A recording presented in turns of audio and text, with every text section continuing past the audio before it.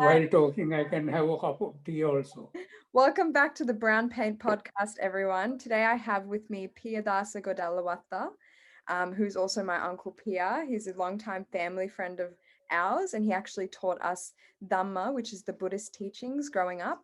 He ran his own Dhamma school for around 10, 15 years, I think. And the Dhamma school was very much based on the philosophy of Buddhism and Abhidhamma. And Uncle Piya was actually a very successful Sri Lankan economist, and he had a multitude of different positions very high up in that world. He also did a lot of volunteering, one of which he was the commander of St. John Ambulance Association and Brigade in Sri Lanka. And he was actually knighted by the Queen of England for his hard work in the volunteer world. Um, and last but not least, Uncle Piya was and is, sorry, a research astrologer and has been for 30 years now. He has studied both Hellenistic and Vedic astrology methods, and he knows astrology inside and out like the back of his hand. He can even do the calculations by hand, which I think is very impressive, considering that most astrologers use the amazing technology that is available nowadays.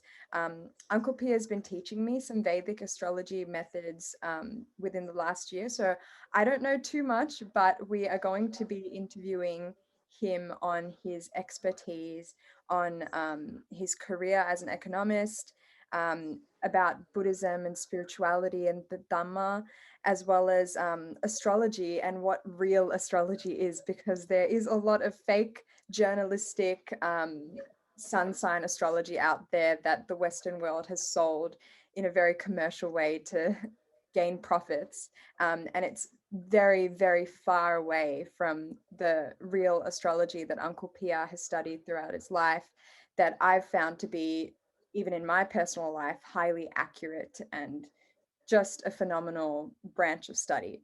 So I'd like to welcome you, Uncle Piya, to this podcast. How are you feeling today? Very good. Yes. So I'd like to just talk first a little bit about your career as an economist, because I think that that's quite impressive. So tell us how you started your career.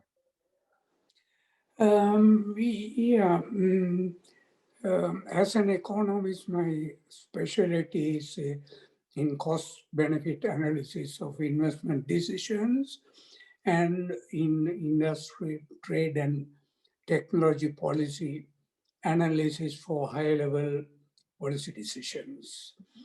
I studied economics at BA economic honors level and then continued to masters in economics. Later, I became a fellow of the Institute of Economic Development, EDI, the World Bank, Washington. And because of my specialty, I thought I should join the planning setup. And I started my career as an assistant director in the National Planning Department of the Ministry of Finance and Planning in Sri Lanka. And then gradually promoted as deputy director and director. And I was the head of the industry, trade, and technology division of the finance and planning ministry. And because of my specialty and insight Yes.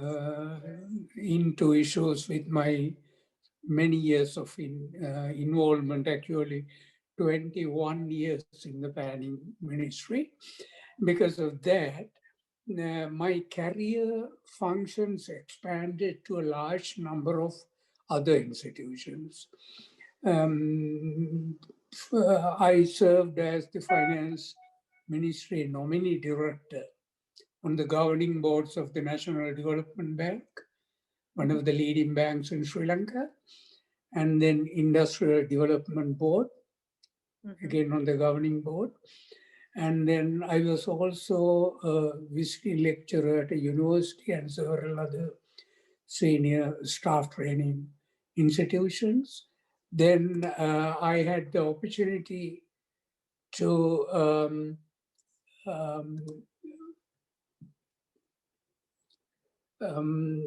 visit many countries to discuss with high-level government institutions and private sector institutions in those countries to share their experiences and because of the wide experience, got involved in discussion on planning issues. Then after 21 years, as I said, I retired from my position as Director National Planning and joined USAID as its mission economist and functioned there for 10 years until my second retirement at the age of 60. Thereafter migrated to Australia, where I am now. And in Australia, I was active in the share market for some time and also got involved in a few consultancy assignments. That's a brief of my career as an economist. Wow, very, very impressive. And what made you get into economics just really quickly? Not clear. What made you get into economics? Yeah, of course, at the university, I was interested in overall development. And economics, in the sense, I was more concerned about economic justice. And I was more a economic policy person in my orientation from my very early childhood. So I offered for my GC advanced level, which is equivalent to VCE here. I did political science as a subject with a view to specializing in economics. Wow. So in the university, I did well in the subject of economics. And the reason why I selected economics is because of my results at the first year in the university. Wow, very, very nice. And I really want to know about how you were knighted by the Queen of England, because I think that is very cool. Tell us a bit about that. Interesting. Outside my career as an economist, I was involved in many voluntary social welfare activities. The decoration with the title of Knight of the Order of St. John by the Queen Elizabeth II was in recognition and appreciation of my such involvement in the service of the society. For over 35 years, I was a member of the St. John Ambulance movement, of which the Queen is the sovereign head of the international movement. I was commissioner and commander of its Sri Lanka wing for 10 years and vice president of its governing council. And then in Sri Lanka, we had large number of membership, about over 58,000 all over the country, comprising all ethnic, religious, and other social groupings, working fully dedicated as member of one whole family. And it was really a unifying force, even under critical socio-political circumstances in Sri Lanka. So we were one of the main reputed organizations to train people in first aid and nursing, and we were able to save many lives that otherwise would have been in critical Wow. danger. So I was a key person in St. John International operation for sharing experiences. So the knighthood conferred by the Queen was in recognition and appreciation of my contribution to the well-being of the humanity through the Wow. St. John Ambulance Service. That's beautiful. That must have been a very, very rewarding thing to be a part of. I could just imagine. I would really like to get into the spirituality and astrology portion of this discussion. So let's just jump in by asking, how did you discover Dhamma and Buddhism and spirituality? You are using the word spirituality. That, of course, may mean different things to different people. And I don't think I should claim deep spirituality as such.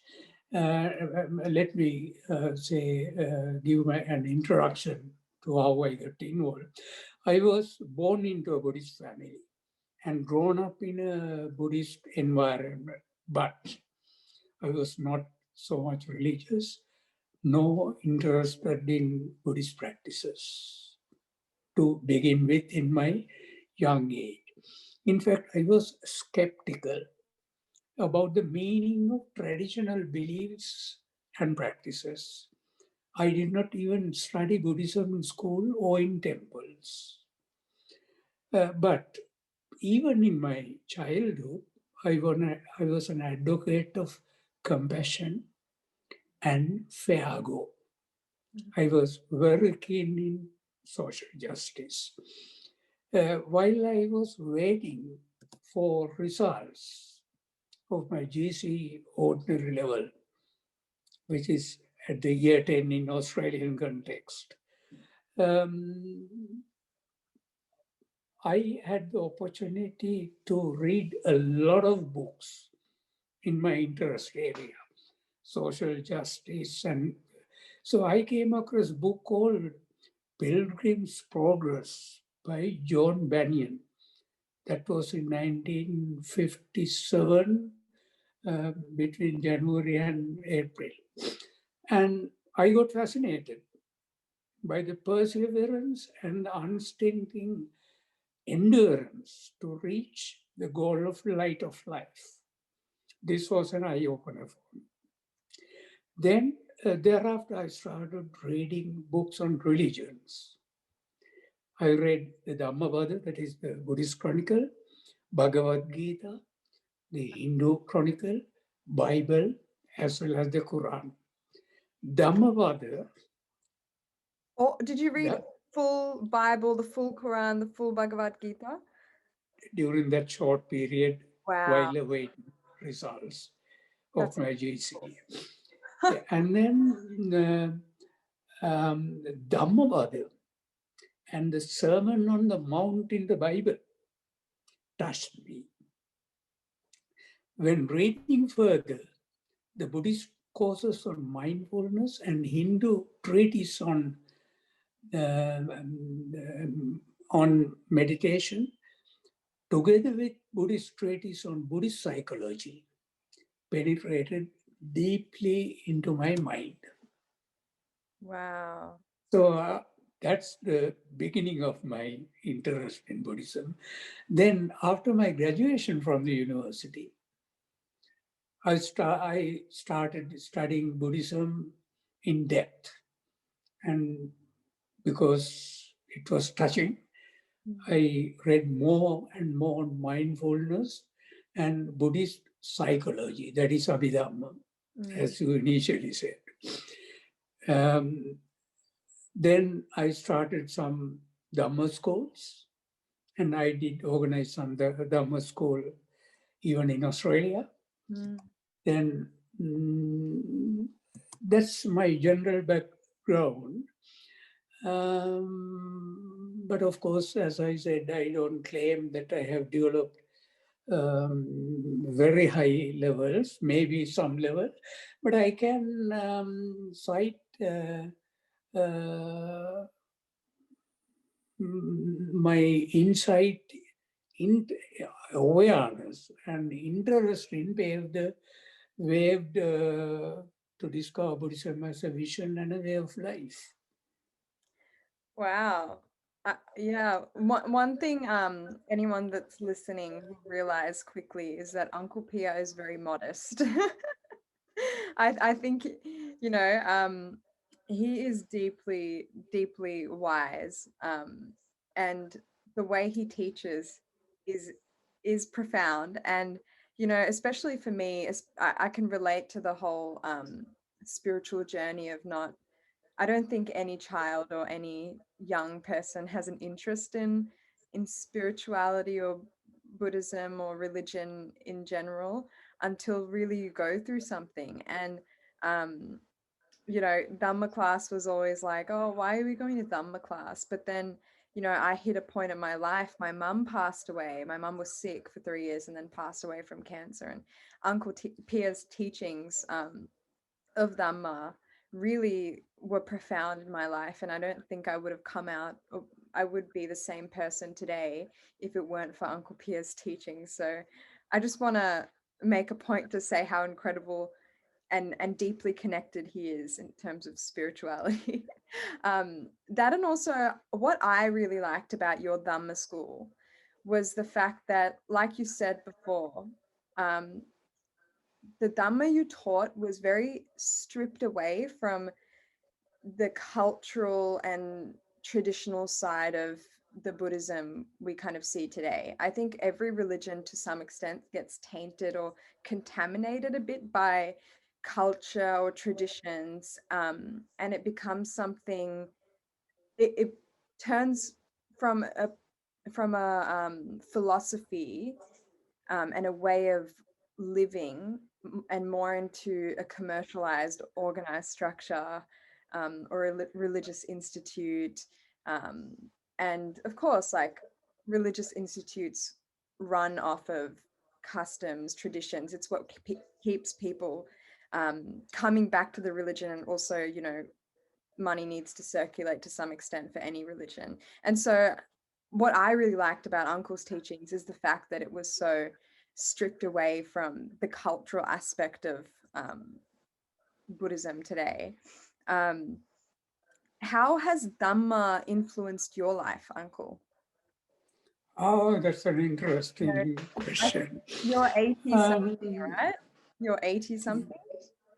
yeah, Dhamma, So you have a lot of Dhamma, experience. Yes. yeah, Dhamma, as I understand, is the phenomena of how the mind works and how again, the phenomena of how the universe works. That's the basis of Buddhist approach.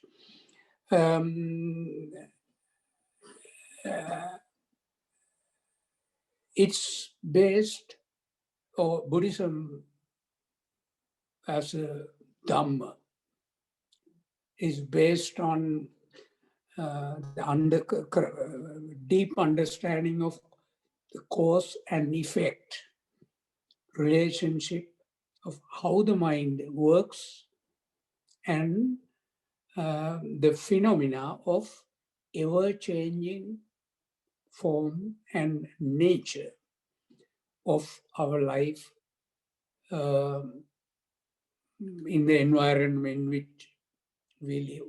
So that understanding makes a big change, significant change in the lifestyle, and it happened to me.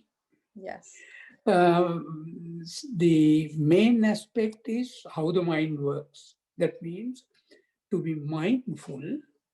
When we say mindfulness, that what it means is to be aware of how the mind works. So the mindfulness is looking inside you, not outside. And sometimes many of the religions teach others. That's good for them to understand. But in practice, it should be looking inside own self. So when you look inside, you understand how your thoughts, speech, and actions really work.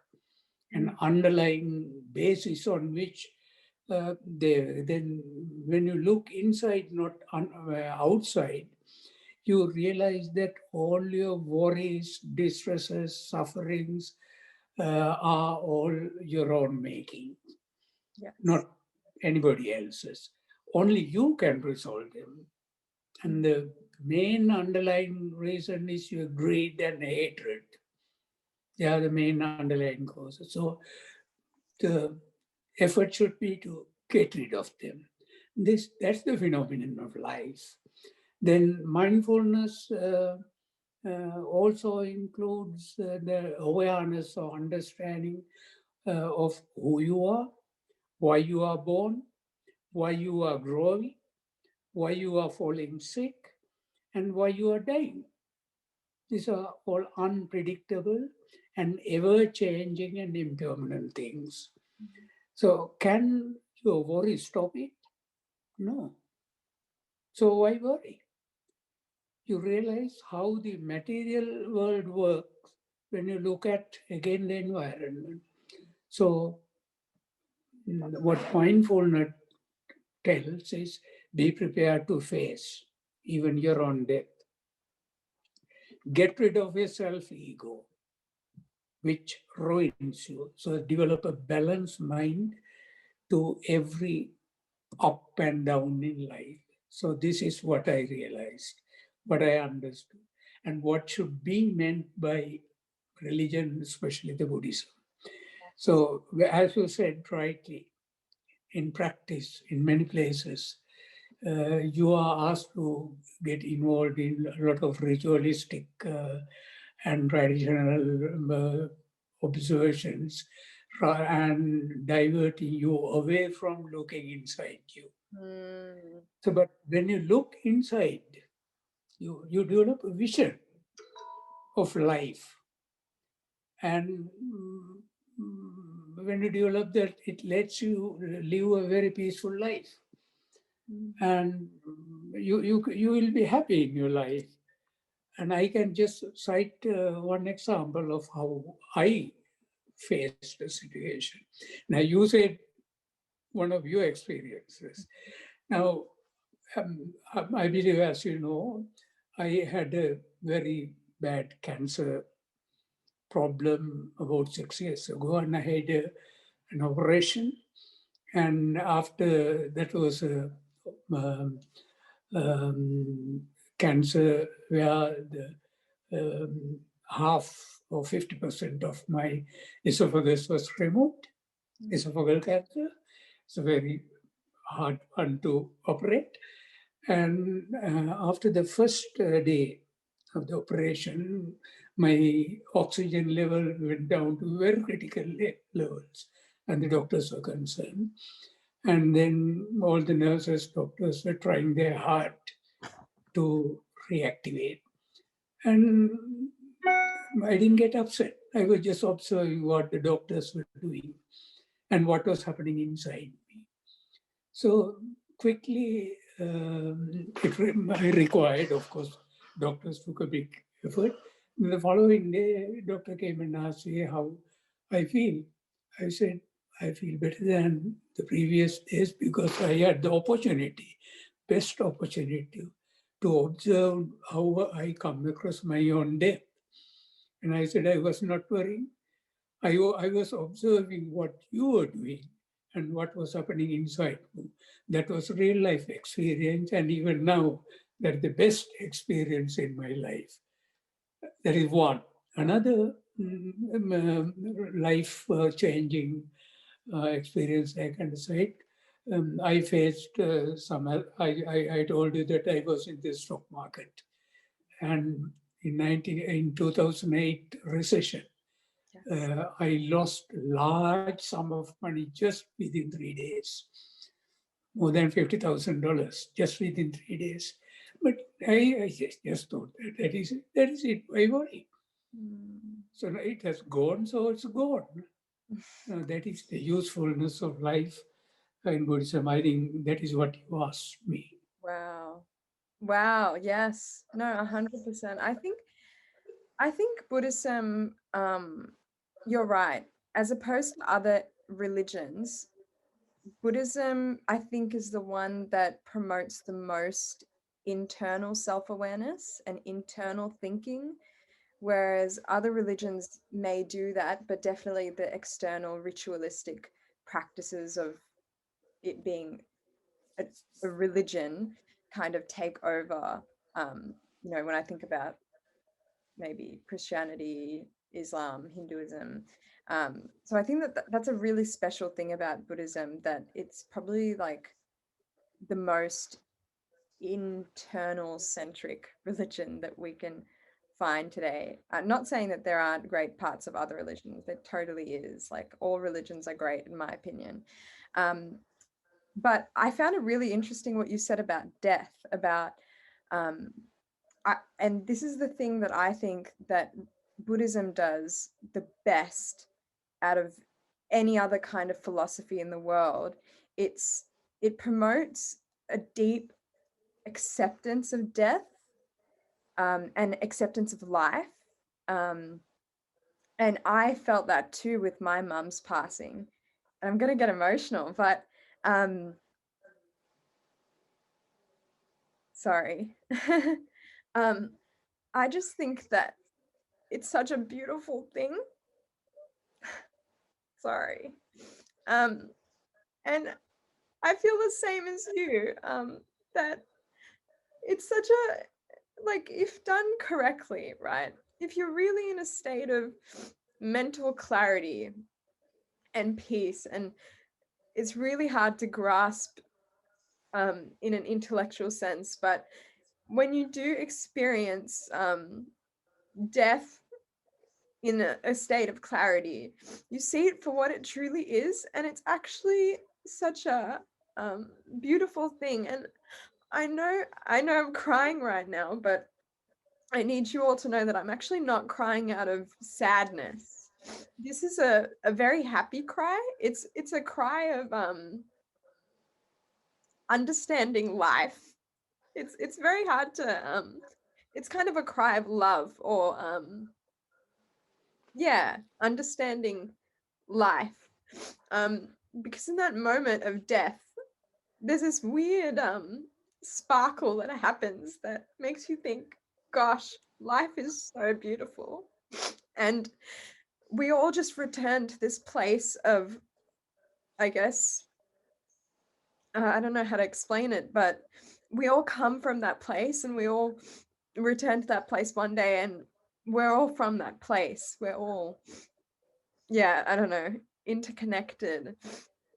And it's a really beautiful thing. And um once you understand death as a as not a gloomy or horrible sad thing, as a beautiful thing and a natural part to life and human existence, once you understand that, you start to live life in a completely different way. Everything just looks so shiny and beautiful, and um yeah, and you start to actually live life versus live to not die. And I think, and that's what makes me sad. Not that my mum died, but that I look around at people, especially my age, and they are living out of a place of not wanting to die. And just like that's not really living. People aren't really living. And so that's what makes me sad. Just to see so many people suffering versus living, if that makes sense. Yeah, I mean, when you understand what life means, I think now I don't know whether it's appropriate, but maybe useful. Now, modern science, especially about the nature, talks about quantum mechanics. Yeah. So quantum mechanics is the whole universe. How it works is unpredictable quantum combinations. Mm. So this is exactly what Buddhism says. Yeah. And it's how one, from a personal thought process point of view, it's how your mind works, how the changing things, impermanence, ever-changing things work. Then from a material point of view, it's again impermanence, ever-changing phenomena. You don't know what the quantum composition. Yes. So that is why I said earlier, it is all name and form. Every time the form changes, and to every change you give a name. Right. So all what we say is a name given to a form. Our life is name given to a form. So quantum explains why you are born, and then why you are grown. It's change. It's ever-changing phenomena. Why you grow old? You can't stop it. It's a phenomena. Why you die? You can't stop. After you exhaust the supply of energy to your system, there's a discrepancy between the use of energy and supply of energy within your system, and you die. Now, we were talking about cancers. That means there's another sort of growth inside, another reaction inside the body, which eats into some parts of your own body. So if you can control, you control. If you can't control, you die. So that's phenomena. Accept it. And why worry? You can't do anything by just being worried. It is natural phenomena which you have to accept. And if you die, you die. So what? So what? If you can get medical help and address it, well, good. But if you can't, just accept. So that's how we look at life and how Buddhism helps us to look at our life. But of course, one more thing.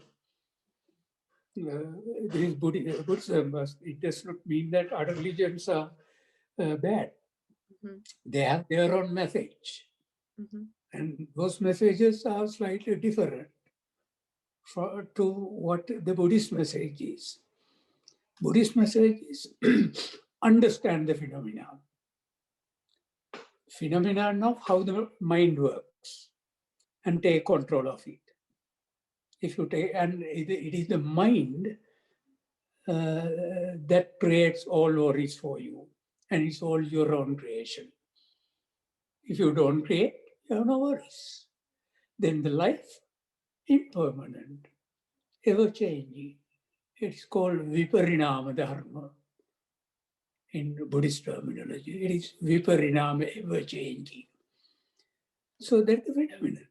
So it tallies very well with the modern quantum mechanics or the quantum theory, which is originally found in astrophysics, but now the studies are going on in all directions on how the quantum mechanism works, including quantum cognitive science, meaning how the thinking process comes in.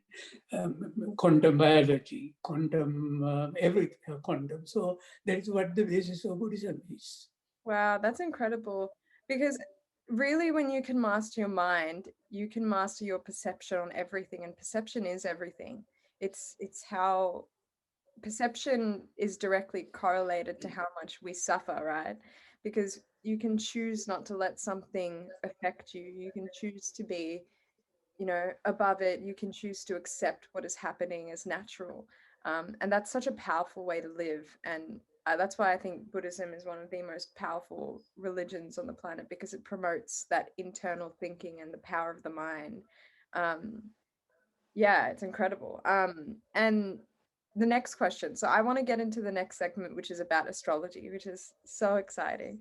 How did you discover astrology in your life? Again, like what I said with regard to Buddhism, to begin with, I was a disbeliever of astrology for most of my life, until I came across a significant milestone in my life. As I said earlier, at the peak of my career as Director of National Planning in the Ministry of Finance Planning, I decided to retire prematurely. And my colleagues were worried that I am going to ruin myself. And they thought that my recognition nationally and internationally depended on my position that I was holding. So they wanted me to withdraw my resignation. And I had no political or otherwise issues with anyone. And even my heads wanted me to rethink about my decision, but I was adamant. Then one of my colleagues who knew that I was adamant approached a Buddhist priest, a close friend of mine, who was an excellent astrologer. And that my friend requested this particular monk to advise me not to ruin myself and make the foolish decision, and to try to see if I could be convinced to withdraw my decision. Then this monk called me and asked for my horoscope, didn't say for what purpose. Then after about a week, he called me and said, you see, so-and-so contacted me and he said that you are going to ruin yourself and just wanted me to advise you. So that's why I was interested in reading your book. But when I read your horoscope, I see that this is the best time in your life and that you are beginning to have a jump of about 10 times better fortune. And also at this point of time, you are so strong that you will not change your mind even if I tell you. So he said, I want to advise you. You know what you should do. So then I retired. Of course, I thought that I can get a placement anywhere. Then with a very short time, I got an invitation from USA to say that there was a vacancy and that they are going to advertise. Then that vacancy that position was occupied by a very prominent person of a very high level that if I even saw the advertisement, I would not have applied because I would have thought that it's not for me. Yeah. I applied, I got selected. And in fact, selected out of many very extraordinary type people. Then I was wondering how a priest, that astrologer, could tell me that I would get such a jump. And actually, my prospects was more than 10 times the previous position. As in So salary. then I got interested in studying astrology, did research into both Western and Eastern astrology. And then I realized that astrology is such a scientific subject that it has been abused by many. But if you are genuinely using, it has a very high scientific base, and you can tell a lot of things about your life, how your mind works, your inclination towards your professional career, when you will come across your health issues, because astrology can tell you how the body parts are, the weaknesses and strengths of your body parts that generated at the time of birth and how it develops over time. And even your how can you monitor your own life. So Wow. that is how I got involved in astrology. And again, as I said, astrology as a science nowadays should be researched more in depth. And I think quantum mechanics can help. In fact, in Australia, when I, about 6 years ago, before I fell sick, when I made a presentation in the 3Z radio in Melbourne, one of the astrophysics professors was teaching quantum theory in Melbourne University, approached me to do a research.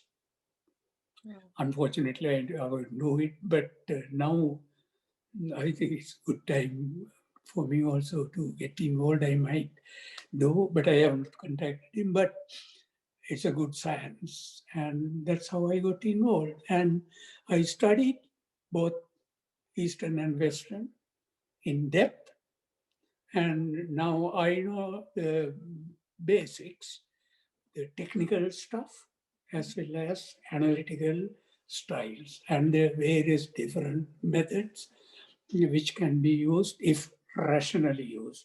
But I must conclude by saying that astrology is so much abused by people, I would say, whose knowledge is not very high. So, like in any religion as well. So, anyway, that's how I got involved in astrology. Yes. And uh, this is the thing about astrology. It's so accurate, right?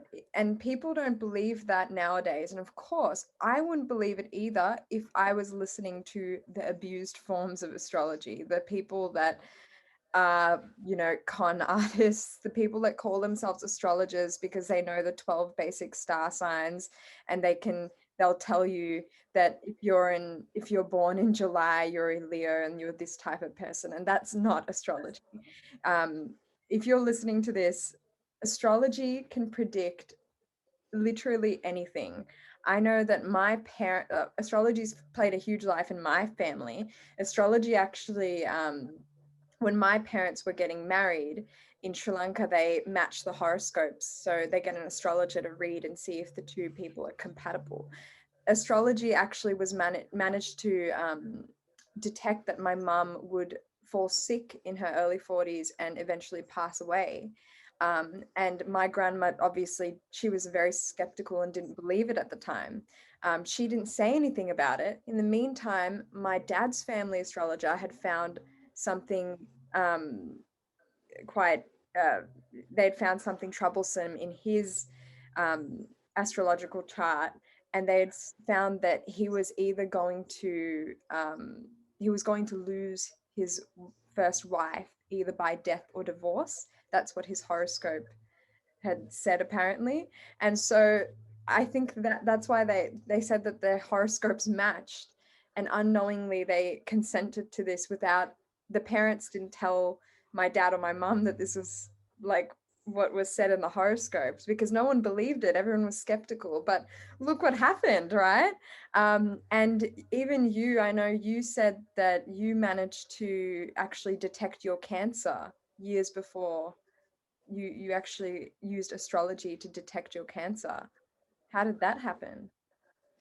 Yeah, you touch upon two things. One, the last one first. Um,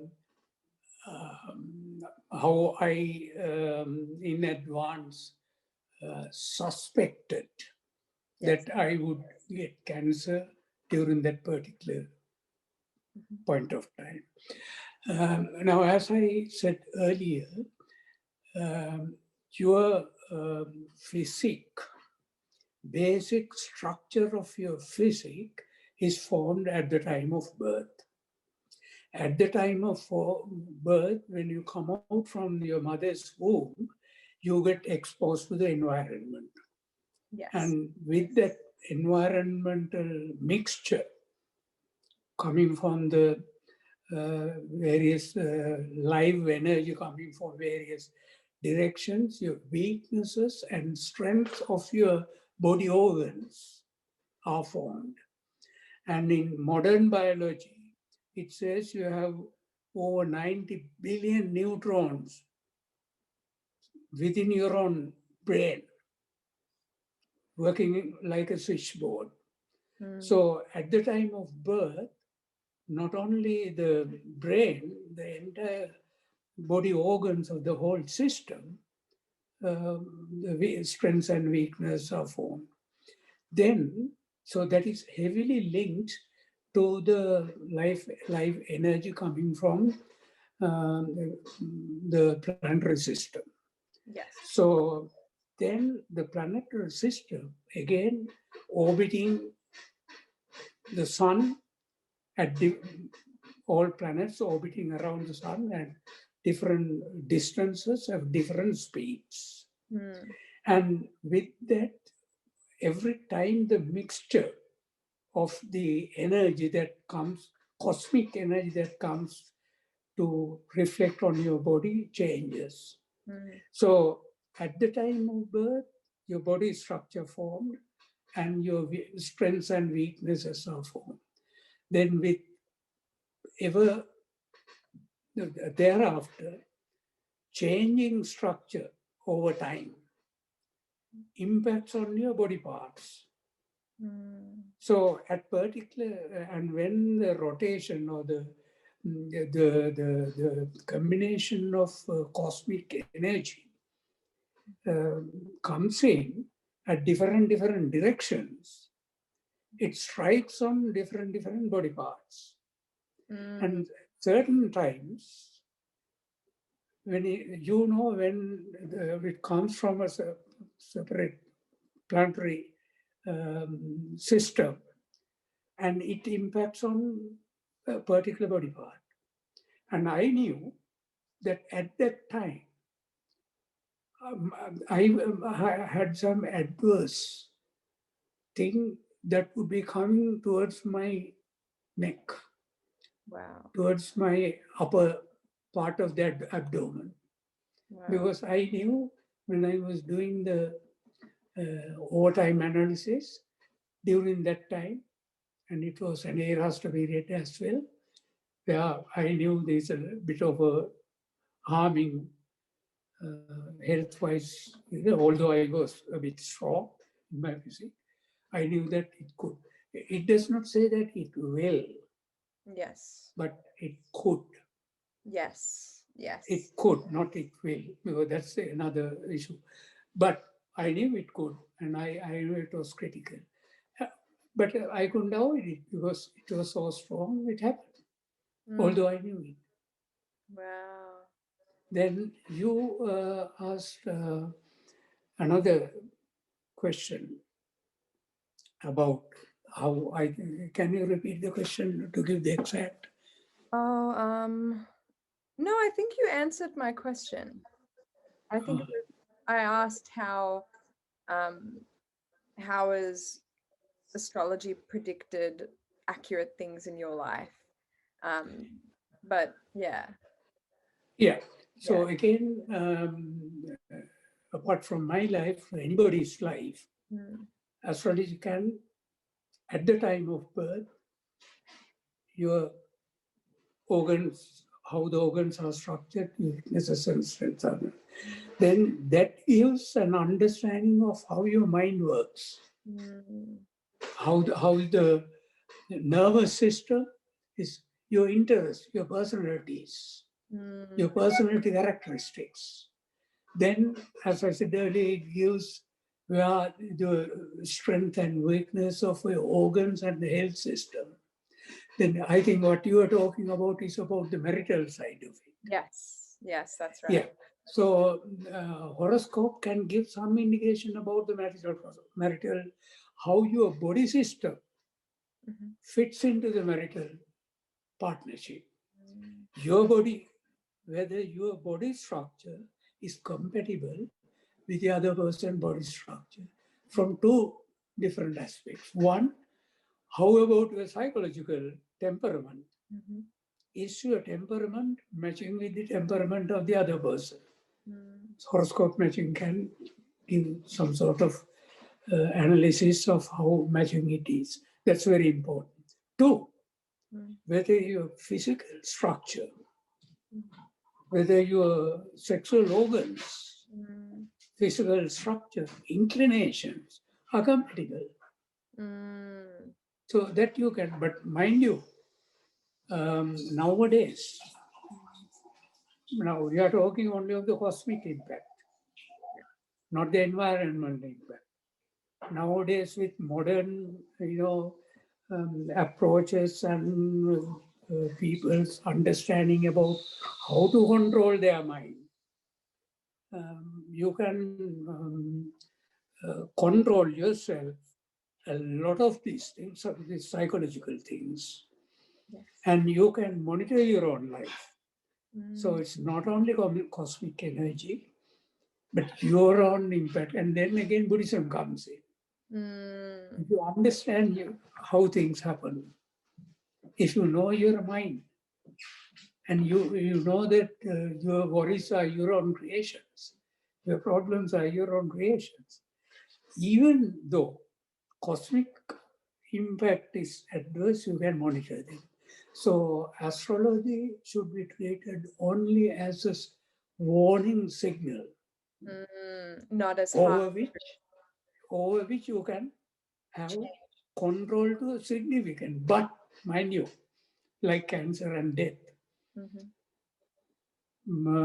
if the cosmic energy impact is greater than the control, degree of control you can apply, then you can't do anything. And there again, astrology is important to know how critical the cosmic impact will be on you. It's a very interesting discussion. Wow. So basically, so this clears up, I think, if there are people that are happen to be listening to this podcast are a bit skeptical of astrology, I think this really clears up what astrology is, what Uncle Piya just said. It's not, necessarily, you don't have to believe in a pre-written fate. Or a destiny to believe in astrology. You can believe in fate and fate and destiny whilst believing in astrology, but you also it is first and foremost a scientific thing. So it's the concept that at birth, the planets that are, how the planets are aligned at that specific moment of time in which you were born actually affects your biological constitution, the way your mind and psychology works. So it can give us an understanding into people's natural inclinations and tendencies.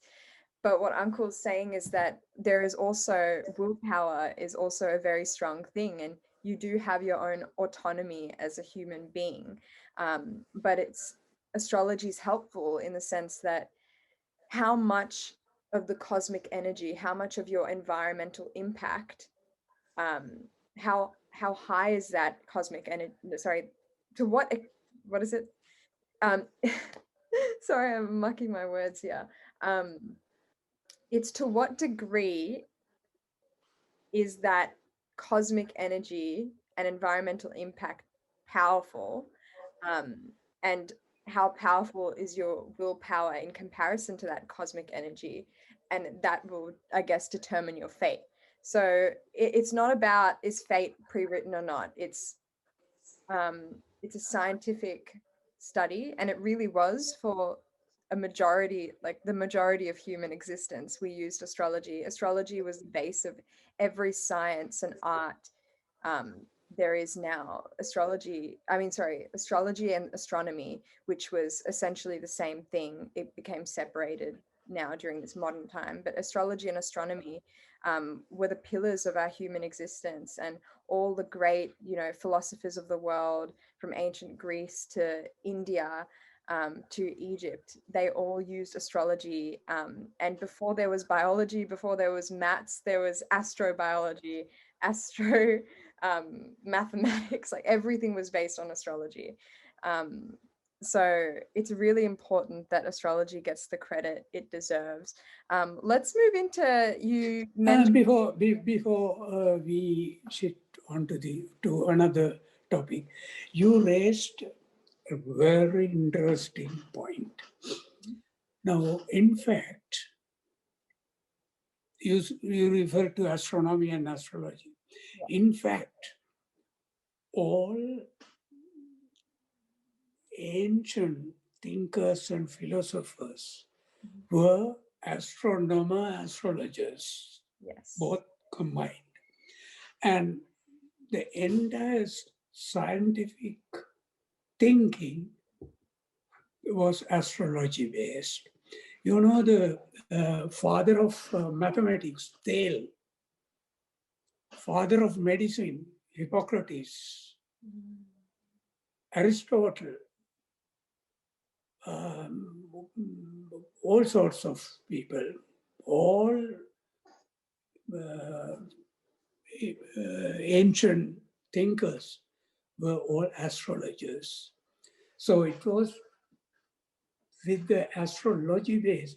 They were astronomers, they were doing calculations. And astrology is the impact assessment of astronomical movements. So when they wanted to see how the nature works, they observed that as they by experience and by observation, they realized that astronomical movement has impact on life and biology. Not only life of everything, plant and beings.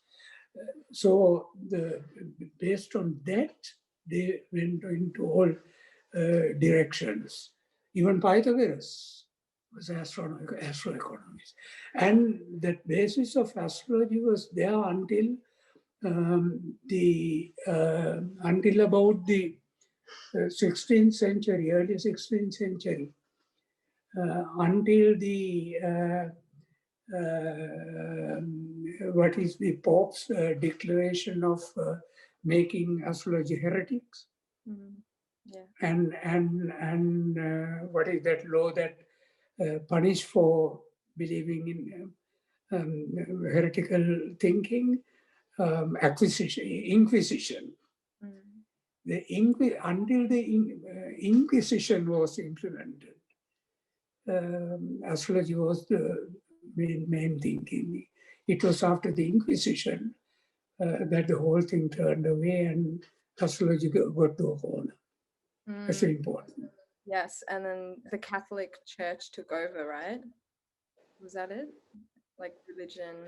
I wouldn't say Catholic Church as such, because Catholic Church itself sponsored astrology for many times, and even some popes were now in France.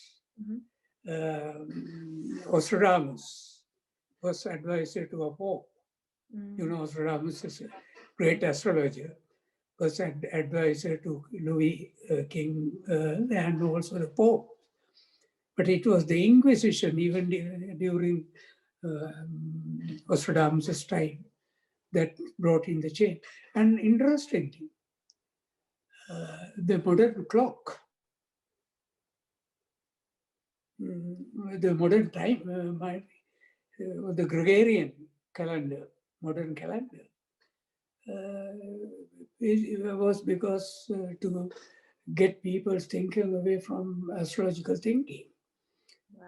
Before that, the whole world depended on the sidereal time and sidereal calendar.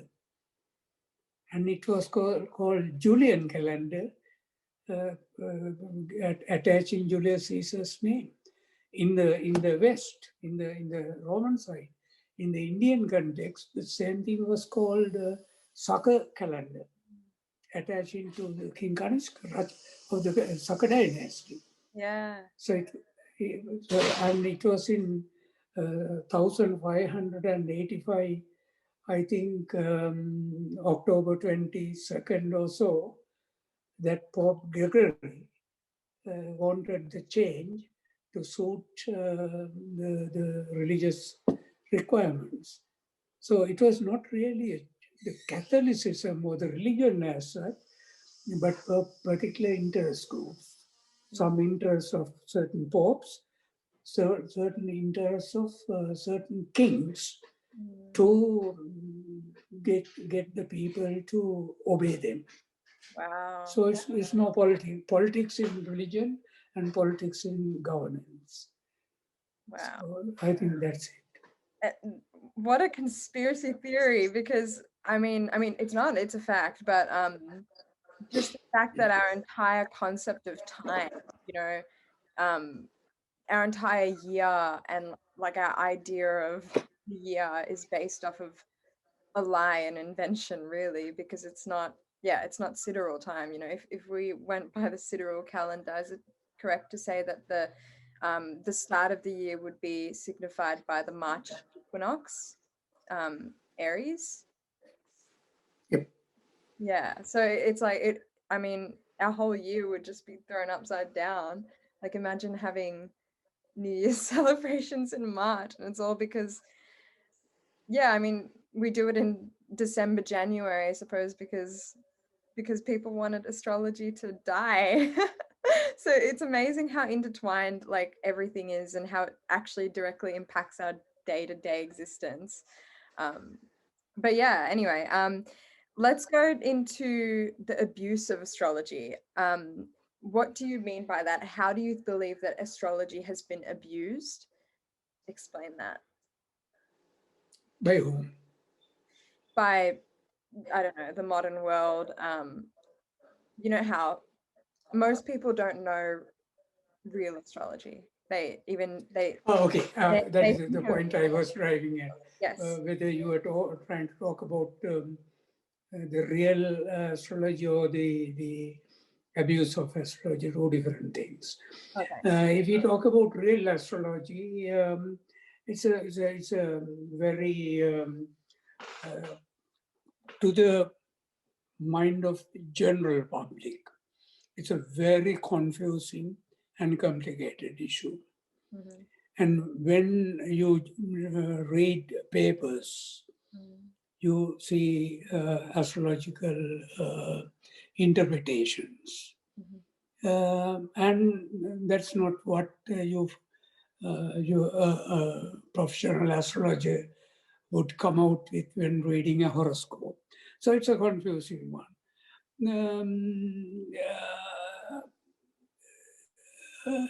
I would handle it in two ways. Astrology, in a way, has several branches. Well, horoscopic astrology, palmistry, horary soothsaying, body feature analysis, and so forth. So those are different disciplines, and I think we are not talking about that. And we are talking, I think, about what is horoscopic astrology, which is really astrology. Other things may be having some astro relevance, but not really the one that we are talking about. Even in horoscope astrology, what you see in the newspapers, especially in Australia and the West, is not real horoscopic astrology. It is actually sunshine astrology, or you can call it sunscope, not horoscope. Sunscope astrology.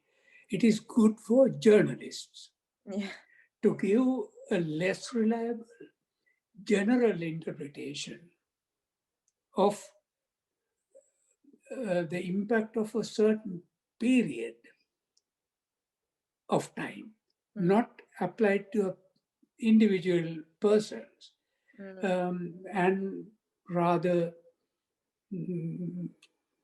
again, less reliable and not linked to reliable reading of an individual's characteristics. One has to be very clear about the difference between the sunscope, I would say, astrology, and horoscopic astrology. Let us see what the difference means. Now, astrology, by definition, means the impact of influence of planetary angles and their observed effects upon mankind. And in the Eastern tradition, I'm trying to give a understanding of what actually astrology should mean. In the Eastern terminology, especially in Veda, it's called Jyotish Veda. That means, Jyotish means light. So the Jyotish Veda means science of light.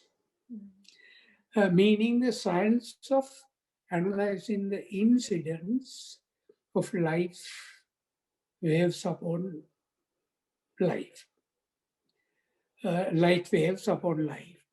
So then, what is horoscopic astrology? Horus, as you would know, in the ancient Greco-Egyptian tradition, as well as in the Indian Veda, means eastern horizon. Horus is very familiar with the Egyptian history. Horus means the eastern horizon. Why? Because it is the life energy comes from the eastern horizon, from the direction of the emerging sun. That is why it's called Horus. So horoscope means looking from the direction of the eastern horizon. Horus, scope. Then what is sunscope? It is looking from the sun side, from where the sun is, not the eastern direction. And then the difference is sunscope or the journalistic. Why I called it journalistic is because it's good for journalists, because journalists give general interpretation, not applied to individuals. Yes, and they want money out of it. Yeah, applied to certain periods. So for that purpose, the impact of the sun may be important, but it's only a very partial. Reliability is not more than 50%, I would say. But because the life energy comes from the eastern direction, in the horoscopic life, the ascendant in the horoscope, or the main influencer of you, is taken as the direction of the east at the time of birth from the place of birth. So it is the ascendant in a horoscope is the 30-degree slot in the Earth's rotation. In the Earth's rotation, mind you, when the Earth rotates one cycle a day, in which direction is the east at the time of birth viewed from the place of birth. Mm. Then around the horoscope, you get other houses that is viewed from the place of birth, from the ascendant, how the other planets are located in the sky. Now, that's so it is individual based, Yes. applied to the person's time of birth and place of birth. Whereas the sunshine astrology or the sun score is not related to individual.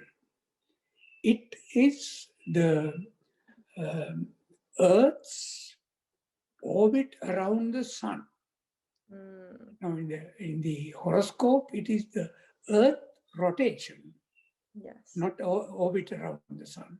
But in sunshine astrology, it is the Earth orbiting the sun.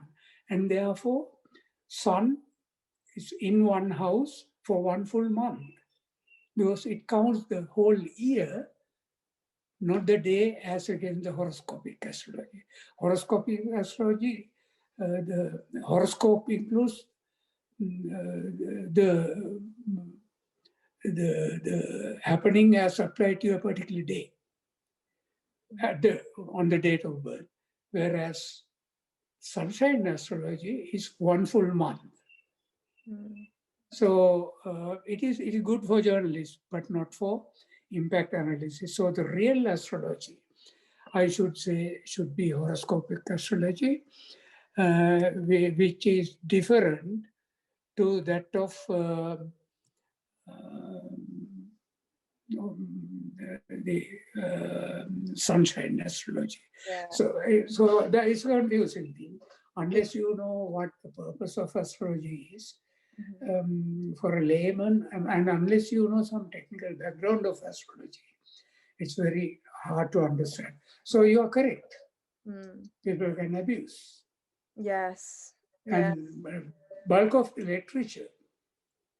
literature available in astrology is about sunshine or the sunscope astrology, not horoscope astrology. Yes. So to that extent, people who do not know the difference, it's a confusion and abuse. Yeah. And sometimes it is abuse to sell books. Yes. 100%. So that's a good, yeah. So just to be clear, so we have sunscope, sun sign, or journalistic astrology. It's all the same thing. It's basically dependent on what general month you were born in and like what the sun position is. And, you know, you're born in July, you're a Leo, and you are a fiery person or something like that. Whereas with horoscopic astrology, so horoscopic astrology, it's also like this is the umbrella, and we also have different types of astrology under that, which like Hellenistic, Vedic, Mayan, I think the Chinese. It's applied, I would put it this way, it's applied to an individual, if it is individual, or if you want to whole region or country applied to a particular place. If you take individual, it is applied to the individual and individual's personality characteristic formation, individual's body structure formation, individual's health system, individual's vocational inclination, and individual's marital urge, and so forth. So it is individual based, whereas the sunshine astrology or the sunscope astrology is a period based, particular one. For that Not one. the individual, but the period. Yeah, and that's the thing. Horoscopic astrology, real astrology, you take the actual latitude and longitude, the exact coordinates of where that person was born. So it's as well as the time of birth and like the exact time in the day, as well as the day itself. So versus journalistic, which is just you take a month. And I mean, if that doesn't kind of like articulate how much more accurate real astrology can be. I don't know what is. Also, isn't it just common sense, right? That if we are products of our environment, because we say this a lot, nature versus nurture, if we are products of our environment, then why wouldn't we and the earth also be a product of the wider environment, that is the universe, that is the planets that surround us?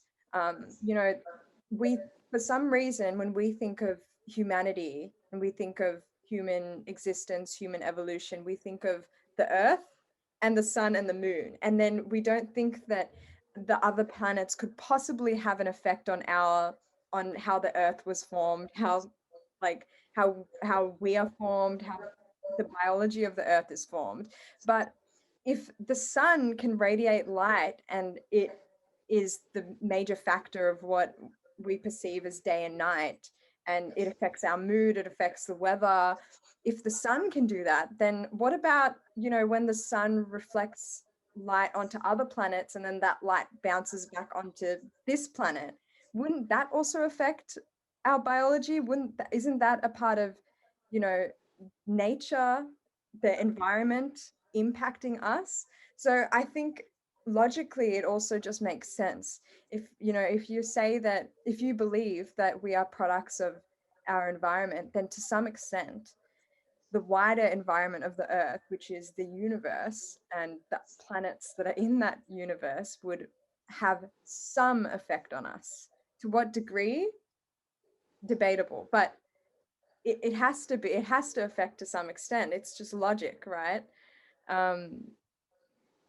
Yes. It's very interesting. And it's very interesting. I don't know whether you want to go into that. Very Yeah. interesting.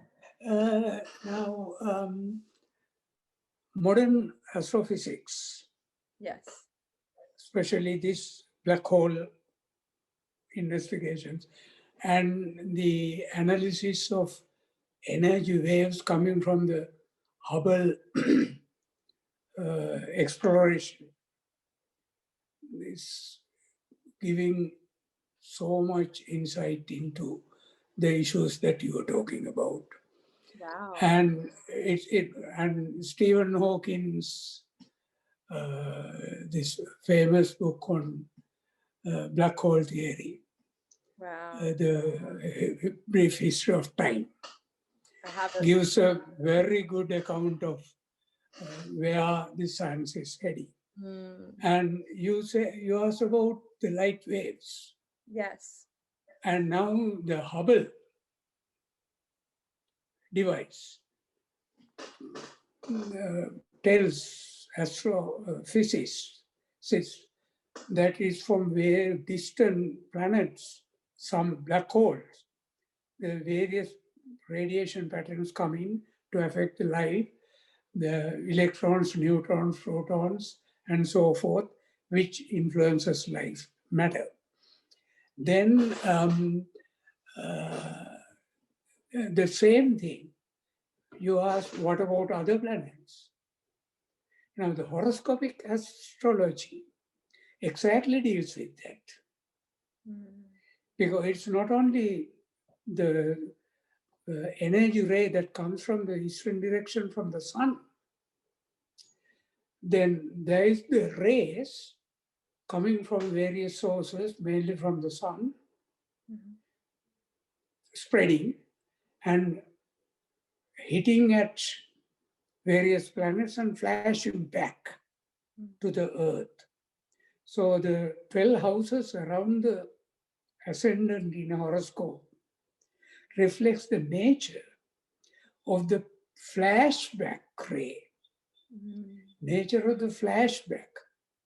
And when you analyze the impact of planetary movements, you take not only the eastern horizon rays or the sun's rays, but the whole thing put together, the mix of rays radiating directly from the sun and from the eastern horizon, as well as flashing back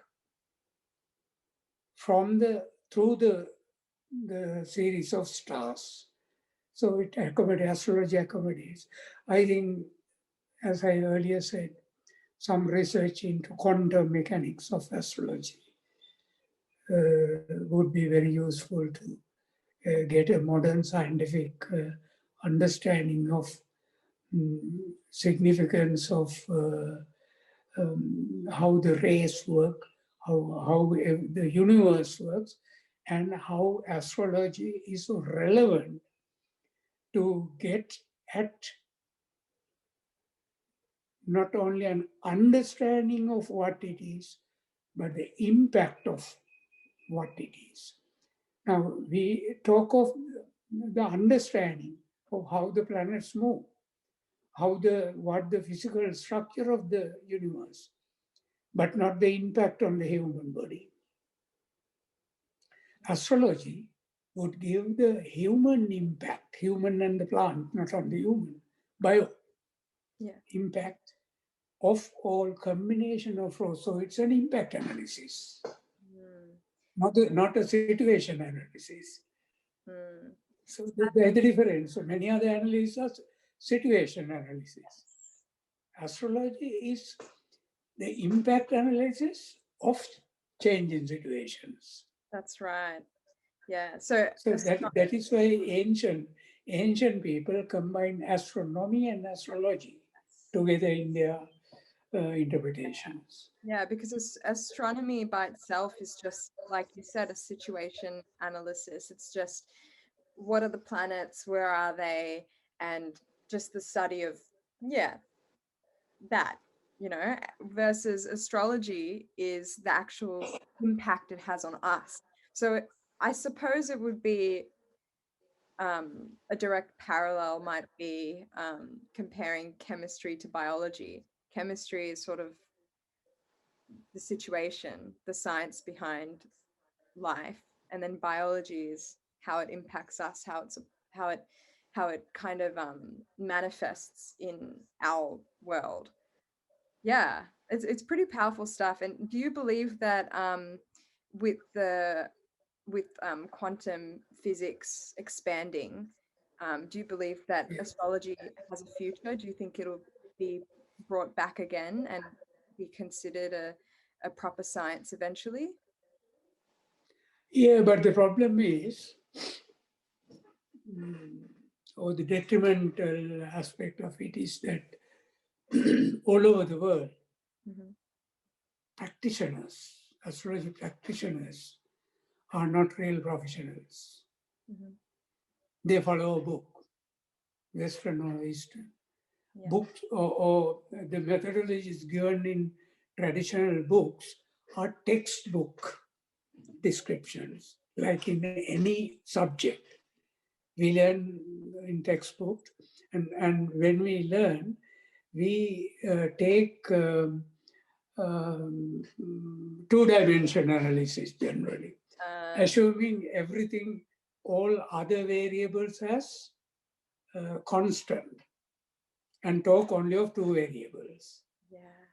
So you can't do otherwise. You can't describe anything. So astrology books, now for example, take the Parashara, Horasastra of Vedic. It says at the conclusion, this is a generalization of the concept, but when astrologers apply, must use their common sense and their own understanding of it, not the strict textbook scripture. But many of the astrologers just apply the traditional without knowing the scientific background of it. I think that is the danger. So I think there is a lot of research needed. Yes, and I think so. What you're saying is that basically also it's hard because astrology, at the end of the day, it is the interpretation of what's happening with the planets, and you need someone that's capable of doing a multi-dimensional comparison, because with astrology, unlike any other subject or study out there where you're just kind of comparing one thing with another thing and then one thing with another thing, astrology, you're comparing maybe 10 different planets and their impacts on each other at the same time, because you want to find what that mix of impact is from all 10 sides, which is like that would probably be, I don't know maths, but like 100 variables to calculate that exact moment of time that person was born and what their future would entail. So it's it has to be a multidisciplinary exercise. yes, which And is in fact, so hard to do. there is a lot of background research already done in many other areas. Especially, I have seen online quantum analysis is called quantum biology, quantum religion, quantum, all quantum analysis. So if you do some quantum astrology with a multidisciplinary approach, together with quantum biologists and quantum physicists, I think the impact analysis of all these things together,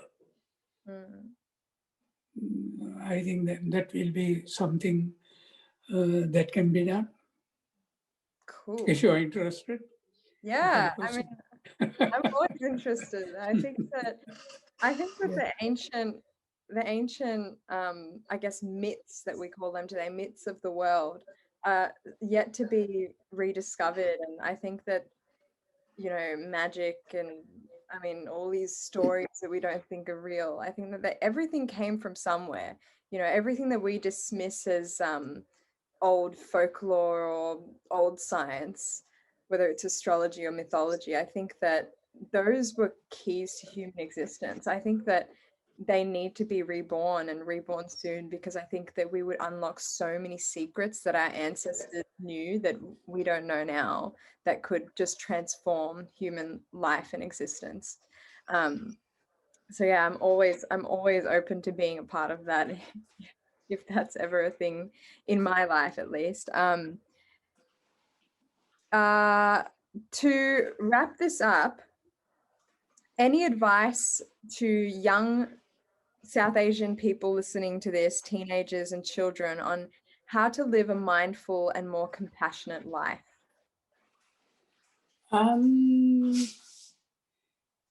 That's a good, interesting aspect to talk about. As I said earlier, mindfulness is awareness of your own action, why you are doing and how you are doing, and so it's in a way mindfulness of your own actions, of your own thoughts, and of your own speech. So it's insight awareness. Yes. And when one is mindful of oneself, he will study the origin of everything and look inward, and then will realize two things. One, the variables that affect our thoughts. And when you look inside, what are the guiding factors of our thoughts, actions, and speech? It's all our own attachment, past attachments. Or how we have, our mind has got attached to certain things, and to what extent those attachments have clouded our mind. Now, for example, we are attached to various tastes called greed. We, we go behind. Various, we go behind. Behind what? Attachment to past things. So mind is clouded. Then on the other hand, we form our thoughts about our association with other people. And it's ill will or anger, basically, because of the past attachment. Either you think it as good or bad. So the judgment is based on past things. So the whole series of actions and reactions cloud your mind. And mindfulness clears up all those things. And then with the development of mindfulness, as I said earlier, you realize that all worries, all your misdeeds, all your happiness, all your understanding is all your own creation. And you get attached to worries unnecessarily. So my advice would be, look inside. How about your own thoughts? To what extent you are attached to your own greed coming from the past? To what extent you have your ill will inbuilt into your own self? To what extent you are attached to rites and rituals of your traditions? You just follow traditional things and believe in traditional rites and rituals. Just think inside. And then think inside of to what extent all those things cloud your current thinking, current decision making. So get rid of all those things and concentrate on the present moment. When you concentrate on the present moment with a clear mind, you can see clearly. For youths, it's very important. Youths can't do their studies and have their education well because their mind is clouded. Thoughts go to all directions of all attachments, historical, brought in, clouded within the mind. Get rid of all those things and have a clear mind. Just refresh your mind. You can have multitasking, multitasking capacity. It does not mean that you can do many things at the same time. It means you can shift your mind, you can shift your thoughts very quickly without damaging each thought. So when your mind is clear, you can shift your attention and bring back. When you study, you can study well. In your professional life, you are clear, you have no worries. And you are always with a smiling face. You are always ready to do anything. Why? Because you are concentrating on the present moment. And I would advise all youth, not only in Asian region, anywhere, I would advise one to read Eckhart Tolle's Power of Now. I have that. I just bought it. Really? I was just about to read that. That's a very good book for anyone to read, to understand how mindfulness can be usefully applied by. So that's one advice. So mindfulness, clears, and and you can have a happy life. Yes. Happy moment. Happy resistance to sickness. Yes. Happy resistance to old age, not resistant actually, understand, and a happy death. Wow. and full of happy life. No worries. Wow. I love So that's that. the advice I can give to anybody Well, with regard to mindfulness. that is golden advice. Thank you so much, Uncle Pia, for joining us today on this podcast. Really, really appreciate it. And you had some golden truth bombs in there as well. And I really appreciate you sharing all your wisdom with us. Thank you. Thank you very much for the opportunity given to have a very lively discussion and impromptu questions, impromptu discussion. It's very good. And thank you again for organizing this. And I hope you will have a great future, great futural, great personal advancement for happy future life.